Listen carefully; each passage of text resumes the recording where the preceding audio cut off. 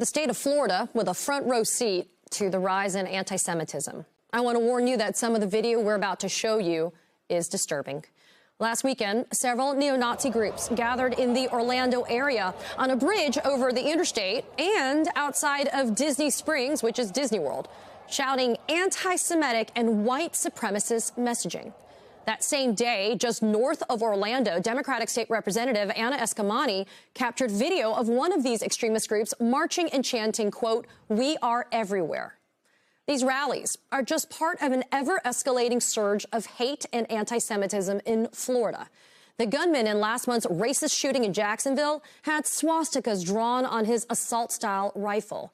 And just this past week at the U.S. Open in New York, play was interrupted by a fan singing a Nazi song, specifically the Song of Hitler, during a match. A report by the Anti-Defamation League found that in 2022, anti-Semitic incidents in the United States rose 36%, an all-time high. American exceptionalism, indeed. Joining me now, Jonathan Greenblatt, CEO and National Director of the Anti-Defamation League. Jonathan, it's always a pleasure to have you on the show, although why we have you on is always so damn troubling to me because it doesn't look like it's getting any better, frankly. 36%. That number is not only astounding but disgusting. What kind of environment is allowing such hatred and anti-Semitism to thrive and flourish, especially in a state like Florida? Really an appalling situation, Katie. Over the last decade, we've seen the number of anti-Semitic incidents reach record highs in 2019, in 2021, and then last year in 2022. Literally, the total is more than 500% greater than it was just 10 years ago. And we're talking about rises in harassment, in vandalism, in violence. We know this at ADL because we're the oldest anti-hate group in the country, and we track this through our network of 25 offices every single year. We've been doing it for decades. So why are we at this point? Well, I think number one, hate has become weaponized in the political sphere. You can't turn on your television or open your phone without hearing some politician use anti-Semitism or racism or other ugly terms to demean their opponent or to denigrate the other supporters. I think, secondly, extremists feel emboldened, and we've seen that loudly and proudly, in their words, in Florida in the past few weeks. I mean, Katie, this isn't new in Florida. In the last, say, January 20 to August 22, we had more than 400 white supremacist propaganda incidents in Florida.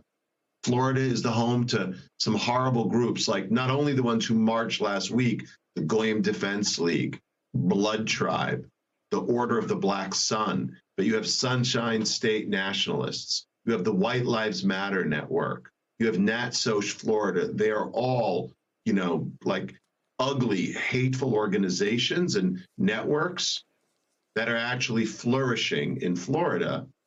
And then, of course, let's not forget the fact that social media is a super spreader of anti-Semitism and extremism and hate of all kinds. You've got raging white supremacists. You've got hardened anti-Zionists. You've got armed militia members who are using social media to amplify and to expand their impact. Jonathan, let's speak frankly then about why Florida seems to be a beacon for these hate groups. The rallies that we just showed in the introduction to your interview becoming a near monthly occurrence in the state.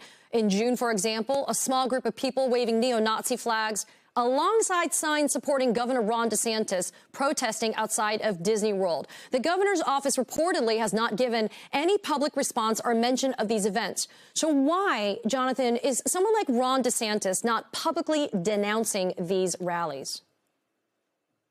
It's really both bewildering and depressing. I mean, look, Ron DeSantis is an Ivy League educated individual. He has, again, like the best education you could imagine. And anyone who knows their history knows that when you don't call out hate, it gets a foothold and it spreads. So it's hard to understand why he thinks it's in his interest. Now, I'll be honest, again, these hate groups are not unique to Florida. But what we need from politicians like Ron DeSantis, others in the race, people from both parties, because neither side of the spectrum is exempt from tolerance. What we need, Katie, are clear, consistent call-outs of hate, no matter when it happens. Even if you think these people may somehow support you, I think that's really warped. Because again, in the end, anti-Semitism and hate will consume us all. We saw that in Jacksonville, Katie. I spent Friday in Jacksonville at the funeral for one of the victims of the hate crime shooting the prior week. And let me tell you, it was a stark reminder of the pain and the suffering that stereotyping and bigotry can cause. Your organization is called the Anti-Defamation League, and perhaps to some people that don't know, it's not just an organization that's trying to combat just anti-Semitism. It's to combat all types of hate and extremism. But currently in a battle with the, quote, richest man in the world, Elon Musk, threatening to sue the ADL for up to $22 billion, bizarrely, in my legal opinion, blaming it being the ADL, for Twitter's 60% drop in advertising revenue. There are a number, Jonathan, of bad business decisions made since Elon Musk purchased Twitter about a year ago that could be to blame for that drop in profitability.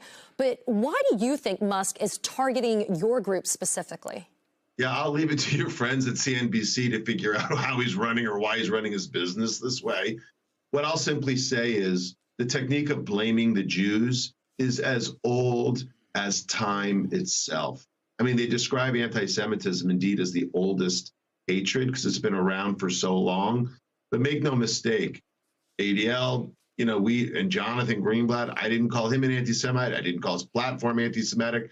Not only are we not calling for businesses to boycott Twitter, ADL itself was spending money on Twitter until this whole, debacle began. So the notion that we're trying to kill Twitter is in itself defamatory and just plain dumb because the facts don't support that, Katie. But I tell you what the facts do support. Twitter does have a problem with anti-Semites and racists and white supremacists on the platform. And if you don't have to take my word for it, just search on hashtag ban the ADL. You can see it for yourself what they're permitting. Now, I don't know if you know this, but just yesterday, Linda Yaccarino, the new CEO, announced Twitter has a new policy on anti-Semitism, which I think is laudable, and I'm excited to see how they enforce it.